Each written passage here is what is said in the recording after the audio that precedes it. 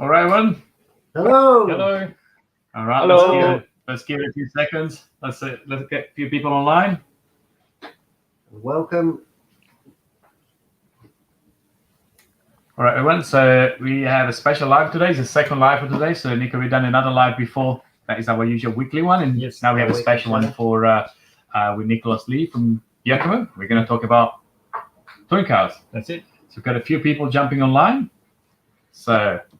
And the aim of today's show is to talk about the BD10 LC, Yes. LCR, as we've got here.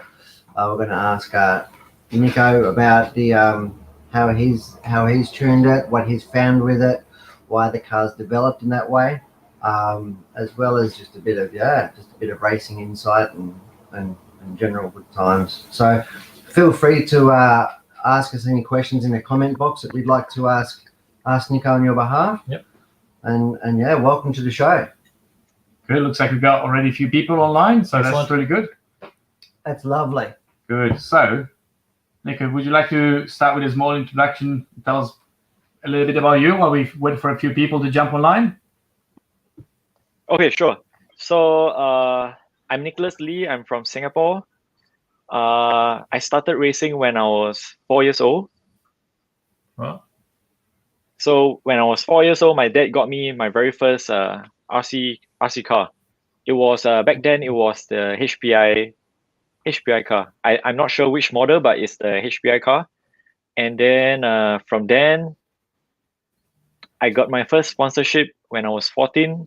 It was with Mike Reedy. So it was Reedy and Associated car. And then I went to Kyosho. I drove for Tamiya. And then I got my Tamiya World Championship in Japan.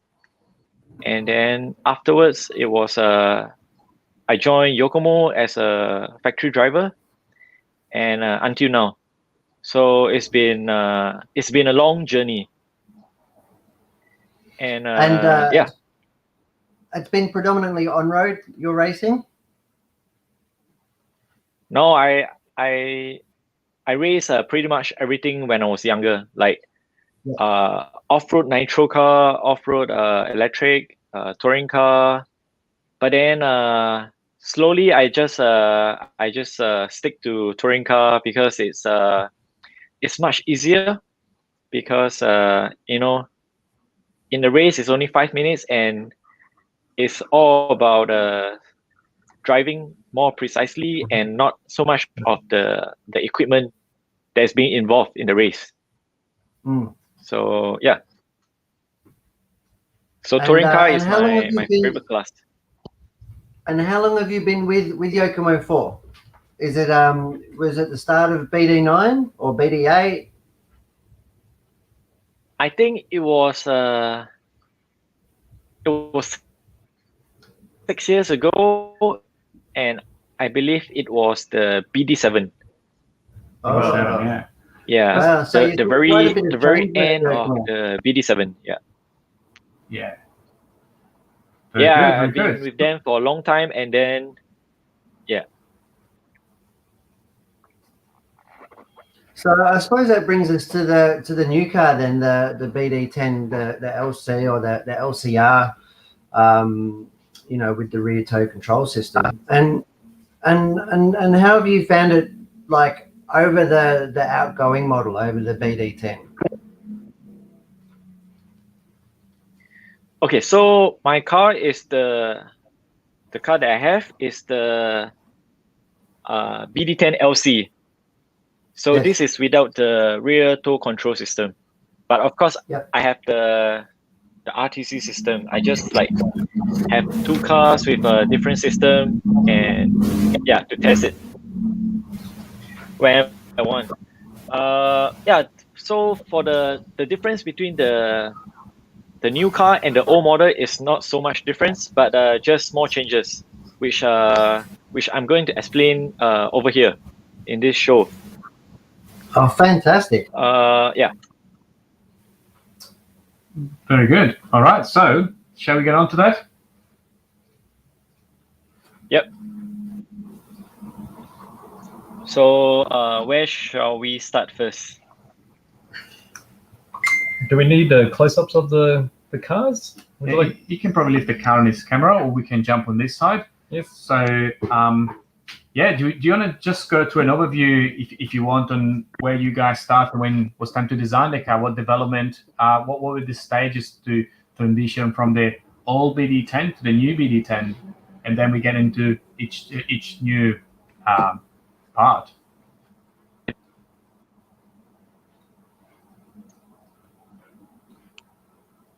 Okay, so we started to get some like feedback from our designer. So now the current designer is Naoya, and basically he asked me and Christopher that if we wanted a new, totally new car, or just some refinement options for the new car. Mhm. So, like, as you know, right, because of COVID, there aren't many races around, and the BD10 itself is already a good car. Yeah, because when Ronald was driving it, he was winning. He was back to winning races, and we could see that the car is good. But that's why we didn't want to make a big change moving forward. So me and Christopher, we came to a conclusion that we don't want like a completely new car. Otherwise, this would not benefit the distributors as well. Yeah. So moving forward, we have been receiving some new parts over the last years, and then we have been testing it, and then some parts, they were really good, and we decided to come out with the BD10 LC and BD10 LCR.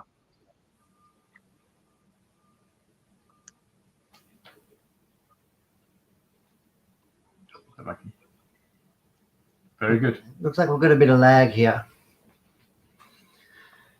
So here we've got two cars here, haven't we? This one's been this is a body that you left behind from one of our AOC races in 2019. Is that right, Nico?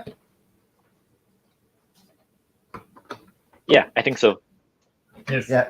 Yeah. So you left that behind for us. So Still looking good. yeah, still looking good. We take care of it. That's right. There's pride of place in the shop. We polish it. That's right. So here we've got the outgoing model of the BD10, and here we've got the BD10 LC. Well, this is an LCR one with the rear tow control system.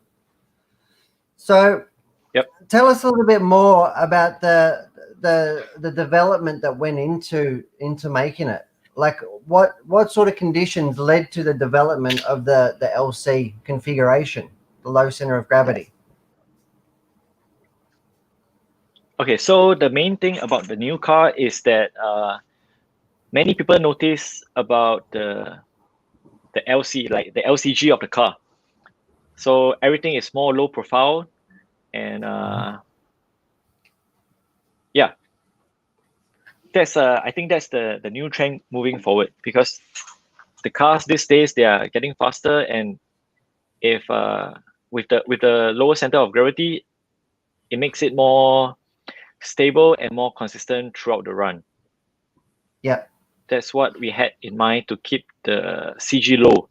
Yeah, fantastic. So obviously the main difference, yeah. So it's really low. You know, even the rear body pose is also different. Yeah. Well, when the wheels are on the LC car, it's like everything's contained within the wheel space, isn't it? Yep. Apart from the front body post, you could just about drive the car upside down. Yeah, you could. Yeah, so I can see why they've done that. We've yet to put one on the track here, and in the local for me. I usually run the BD10, so I'm looking forward to getting my hands on the new car and the new car on track here. So yeah, so hopefully that's going to come soon. Yeah, and so really, to get the LCG, we started with the different shock towers mostly, and the shock retainer. Is that correct? Are those the key parts of the LCG conversion? The shock retainers, they are the same. They just change a new part number to replace the old one, because the old one is from BD7 part number. So basically, the shock retainers, they are the same. Right. Yeah. Okay. And so mostly is on the shock towers then. Yeah. So for the shock towers, right, you can see the horizontal post. This is for me, you can use a vertical way and the horizontal way. So yeah, with the BD10 shock tower, you can also do both, but then there's no upper adjustments for.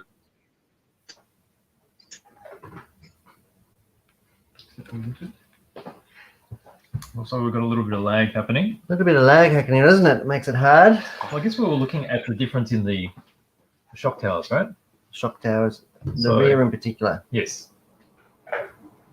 So you can see the higher stance of the shock tower on the original BD10 compared to the lower of the LC model. So Yeah, substantially lower. actually, it makes a big difference just by changing from a vertical to the horizontal post. Yes.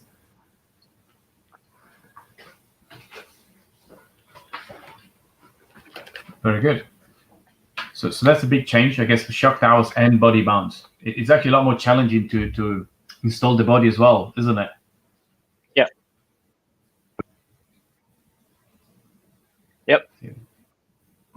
And for the front shock tower, right, is you can see it's visibly lower by quite a lot. So many people were thinking that, oh, maybe we have a new shocks or something, but actually we do not have new shocks. It's just the front shock tower, they are more angled, and it looks really low. Yes. So we go from the front, it's probably a bit more noticeable from here. Yeah. So you see the angle. So this is the original BD10, and you see the much slimmer cross section of the LC. It's much lower. Yeah. Yep. Okay. It's quite noticeable. So with this, right, with these changes, it makes the car. So with the front shock tower changes, it makes the car like more easy to drive. The initial is more smooth to turn in. Yeah.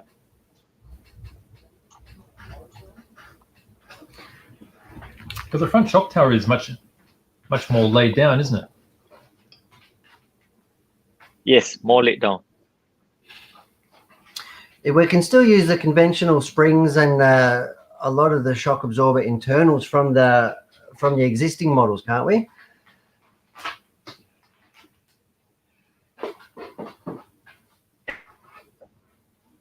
All the springs, because there's no Yeah, change. yeah.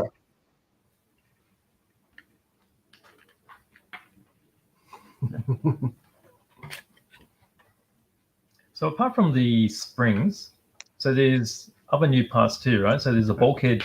So the bulkhead is the next big change, isn't it? Yes. Actually, I think most people, they do not know the bulkhead is slightly different in the dimension. Oh, really? So it's just, yeah. So it's not just, I mean, they are more lightweight because there are more holes. More, yeah, they machine more holes to it. But now even the shortest position on the new bulkhead is slightly longer than the ones we currently use, like the ones we use on the old BD10. So the measurements is slightly different. Right. So that's this part here. Yeah, that's the upper bulkhead there. Yeah. So we're running a slightly shorter camber link on the new car. Yeah, but this is still longer than what we used to run in the BD10. Ah. Yeah. Yep. Fantastic. So there's a small change in the dimension, the measurement.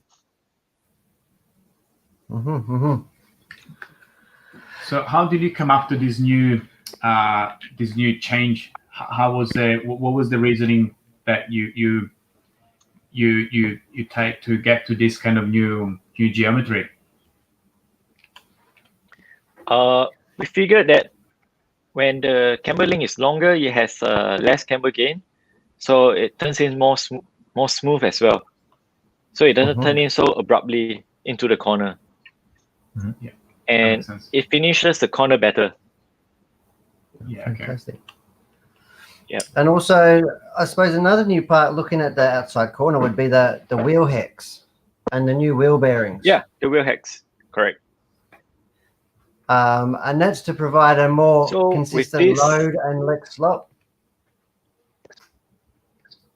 I'm not sure how it works exactly, but since we have we use a narrower bearing, they are of different dimension, and it kind of sits in together with the drive shaft. So I believe that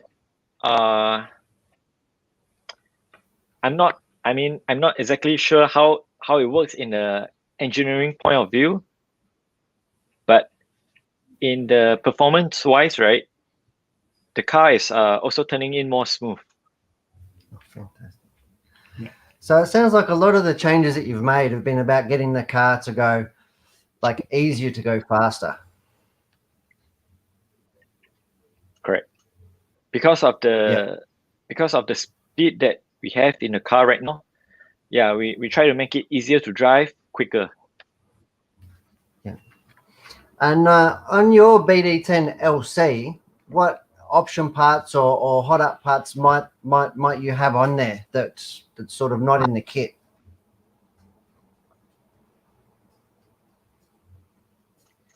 Okay, I made the list of it. So at the moment, I don't have so many option parts. I mean, even my battery holder, they are the standard ones. Yeah, but to start with, I will change this one to the graphite ones, because you can adjust the height more easily to compensate on whichever batteries you want to use. Because if you use a bigger battery, it's easier to make it higher. Yeah, to secure the batteries better. It's easy to trim up or just undo the screw a couple of turns, isn't it? Yeah, correct. So apart from that, we need also the diff cams. Yeah. I'm not sure if you can see it clearly. Yeah. Yeah. Now I'm using the new ones. Yeah. And that's to maybe Nick can give the show diff it some more, keep the drive shafts more level. Yeah, I'll show them on the Yeah. website. So let me jump in there. if you can see. Yeah. And that's allowed you to raise the diff more within the bulkheads. So it's more level. Yeah. Yeah, the drive shaft's more level at ride height. Is that correct? Yeah. Yeah, correct. And that's so the car's like accelerating, I suppose, a bit more flatter, is it? Through and out the exit of the corner. No. This creates more corner speed. More corner speed. Let's see if I can find them here. Do you have a part number there? It's a B10. B10 BTCS. I don't think it's listed yet. BTCB. I don't think they've listed yet on the website. They don't? Brand new. No, I don't think so. No, it's not here yet. It's on the under the new products. Under new products. because they've also released along with new those release, diff cams. sorry, I've I noticed they've also released. I've noticed brass screws. Yeah, I didn't use it yet. I'm still, still screws. And I imagine that the brass screws would go more in the bottom plate of the chassis to keep the weight down a bit lower, even further, Nico. Yep, definitely. Yep. And another part that I also noticed when I was looking on the website today was the Teflon shims. Yep. Have you had any experience with those shims? Have you it's not used them on your car? It's not a must, but I'm using it. It's I'm not sure if you can see it carefully. Yeah. I mean, it's still the same color because it's but I'm using it because it's more smooth. More smooth, and that'll go between the arm and the suspension pills. Yeah. And I suppose what that does is that saves the suspension arm binding up against the pill under the forces of load. Yeah. And moving forward. Yes. I think like during the race, I would change to the low friction belt, but now I'm not using it because it wears out faster. But it has definitely some benefits when using low friction belts. But for practice wise, I'll just use the standard belts. The normal belts. Not only that, but they look faster as well, don't they? Yeah, that's one of the options that I'll use for sure. The low friction belts. Yeah. And another key thing is the graphite arms and C-hub. I would recommend. Yes. Well, luckily the kit the kits that came to Australia anyway, they've got all the graphite componentry in the kit. I've noticed that the R kits that we've sold and heard back from our team drivers is that the R rear arms have come with the plastics for some reason, but they've been upgrading to the graphite components there too. Now, I think with the graphite arms they are better. Definitely better. Yeah. I also noticed that they've released a new 20mm bell crank steering option. Have you would have tested that, and how have you? Yeah. What's your thoughts on how that makes the car feel?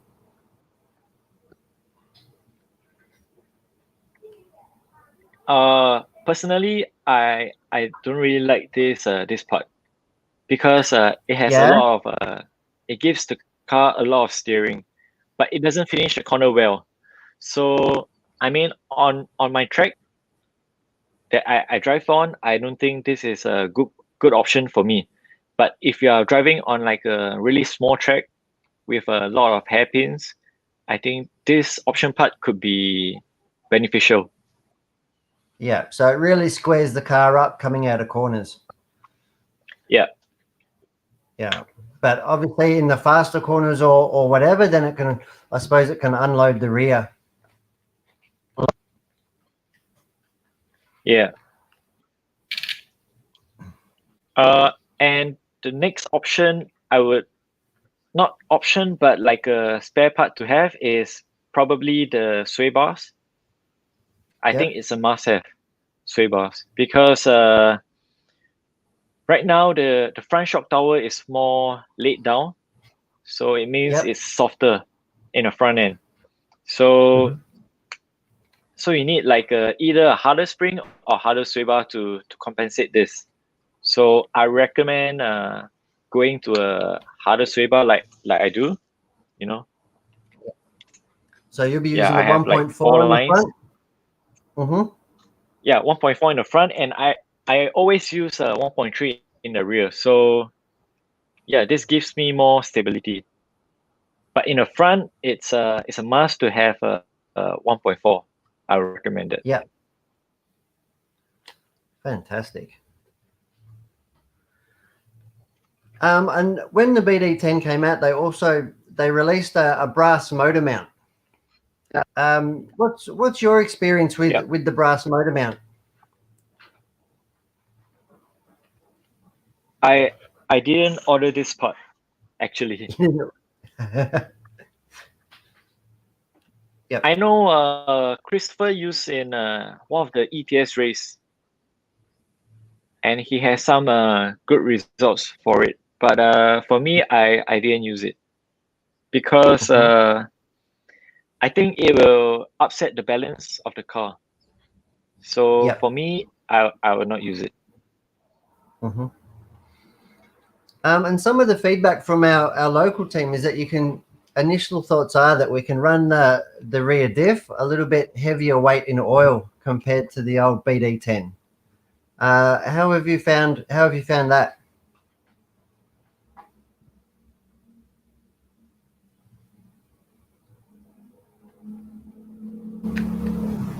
Sorry, it's a bit laggy. So could you repeat the questions again? Some of the initial feedback we've had from our team is that with the LC car, they can run a heavier diff weight oil. Have you found similar? Okay.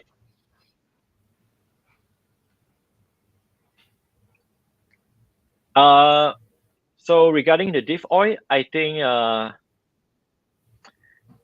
it's track dependent and also tire dependent. For me, I stick to the same diff oil with the old car and with the new car. Yeah. Okay. So for me, I think they're not so big difference. I think it's more track dependent and tire dependent. For sure. And you said that you often change between the RTC and not having the RTC. Could you explain like how you would explain that to somebody, like when to use it or when not to use the RTC, and even in fact how to use it? Okay. Like how much toe gain would you set the car up with? Okay. This is a good question. So for a start, if you are driving 17.5 and above, like spec classes, I don't recommend you to use the rear toe control system. Yeah, they are more beneficial for like modified class or 13.5 class. Yeah, where you have more power, And also, if I go to a bumpy track, I will not use RTC. If I go to a high grip track, I will not use RTC because RTC normally gives you more grip, but it doesn't work so good on bumpy situations. Bumpy tracks, they are not suitable for that. I suppose it makes sense because that as the car's bouncing or skipping along the bumps, I suppose that it can unsettle the rear of the car or make the car aggressive, maybe. Yep. Exactly. No, that's fantastic. And, Any other questions? Yeah. But so to set up the RTC, right, I will always like start with a 3-degree toe, 3 or 3.5 degree toe. Yeah, you don't have to worry like to go more, Sometimes I start with 3.5 toe in, and then when I push down, the toe gain will be like 3.5 to 4. Yeah. So it can be more, 0.5 gain or 0.75 gain or even 1 degree gain. It doesn't really matter. Yeah. In fact, I like more toe gain than lesser. So yeah. That's my I'm not sure start, I mean 3 degree to start or 3.5. Yeah. Obviously, I'm nowhere in the league of driving as Unico, but I found that the RTC can really be beneficial if you've got like tracks with like long sweepers. You know, I've sort of felt that it sort of Yeah. helps the finish or get the middle of the sweeper like really nice and flowing. Exactly. Yeah. We have quite a few questions actually here in the chat. Nico, do you have anything else you want to add at this point? Were you going still through your upgrade parts? Let me check. I think that's about all, because I think the car doesn't really need so many option parts to perform. You know, the car itself, if you don't have any option parts, is still, you know, quick out of the block. So yeah, I think I mean, you don't really need so many option parts. Yeah. Very good. So And that probably would we can probably move on be to signs the of Q&A. Yeah, and that would be signs of a well-engineered car, I suppose, a well-thought-out car when you can put it on a track and go fast straight away. Yeah, exactly. All right, so I'm going to start pull up a few questions here. Paul was asking your droop settings. So Paul was with us in one of the videos we did a few weeks back. He's here in Melbourne, so he's asking what you're suggesting for the droop settings for the new car. I'm running now front 6 and the rear 5. Yeah. Okay. Yeah, So and that's pretty normally typical for a droop setting, isn't it? It'll be between, in the front, I would say 5.6 to 6.2.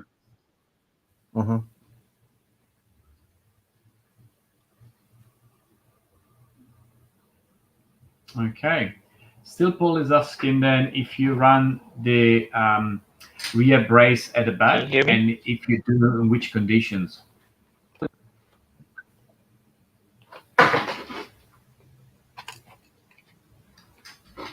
I think there's a bit of delay. Okay. So the question is the brace in the back. Yeah. Yes. Yeah. Currently, I'm actually, let me show you.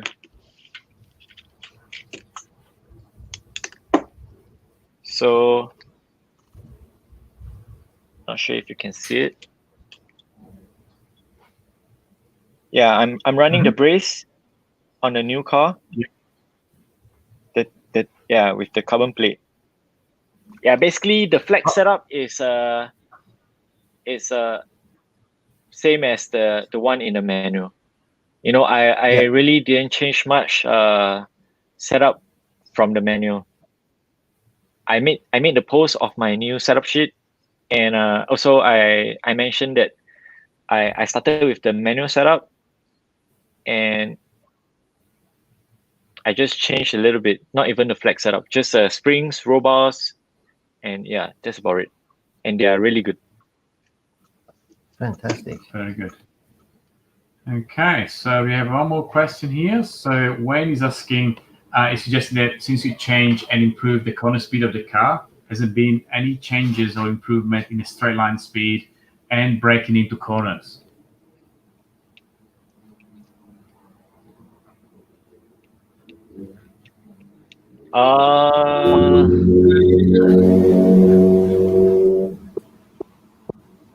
Because I'm driving modified, so it's also difficult to notice a change in the straight line speed. Definitely. Yeah. And so how about braking and about under braking conditions? I think overall this car has more stability than before. So yeah, for me, everything feels right with this car. So I would say, to answer his question, I would say that there's an improvement braking into the corner, having a good corner speed, and coming out of the corner. Yeah. Overall. Very good. We have Paul here again asking if we will have the Tino DLC coated shocks. I don't think so. Yeah, but I know that there's a third party that's doing the DLC shock shaft, which is T-Works. They have the DLC coated shock shaft, but I'm not sure if it's really necessary. Yeah. Yeah, good point. Very good. What else? Let's see if anyone else any other questions.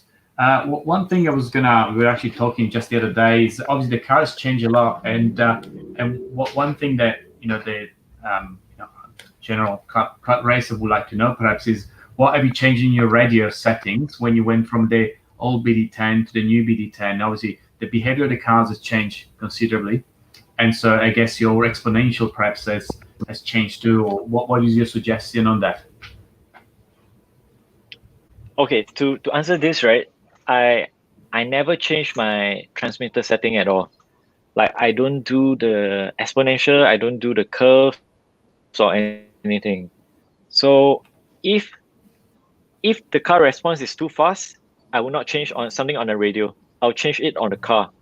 So for example, I will use like a servo horn with multiple options to tune the length of the the height of the servo horn. So with the BD10, I always use like a 17 mm height. So with this, right, it's easy to drive, and everyone should be able to drive this with the with the stock servo horn effectively. Yeah, there's actually Yokomo is selling the Team Suzuki servo horn, which you can adjust from 16 mm to maybe 18 or 19 mm. So I think this is a good option for. Yeah, that's the servo horn with like the tuning everyone pills to in it, use. isn't it? The machine tuning pills. Yeah.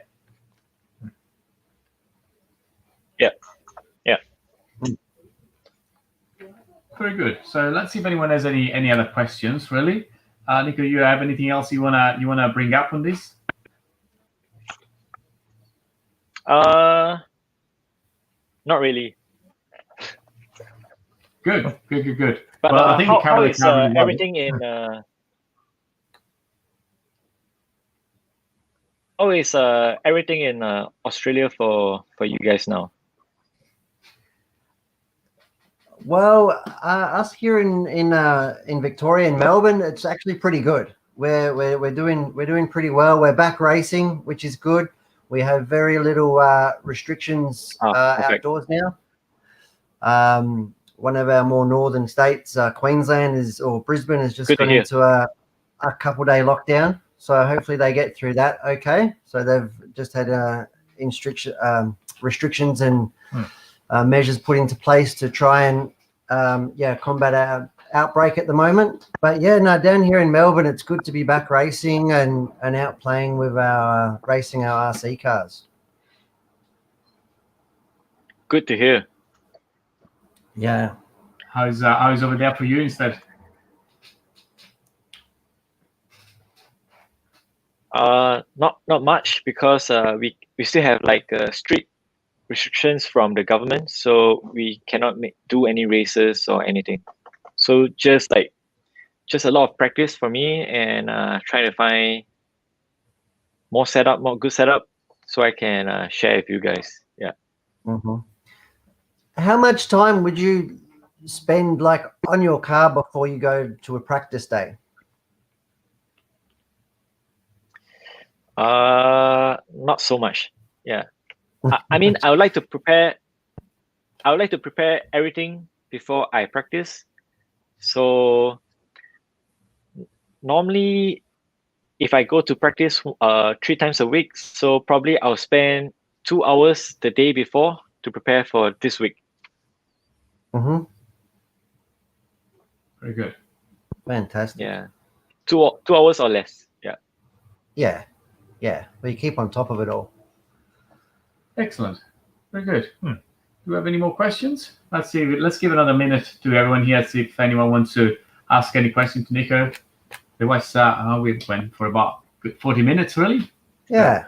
I think I've got a good insight of the car and understanding that although it's a lot different in the low center of gravity, it's actually shouldn't be that much different in setup. There's nothing radical on it that Nico's told us in regard to setup. So that's fantastic. So not a lot's changed. Similar droop.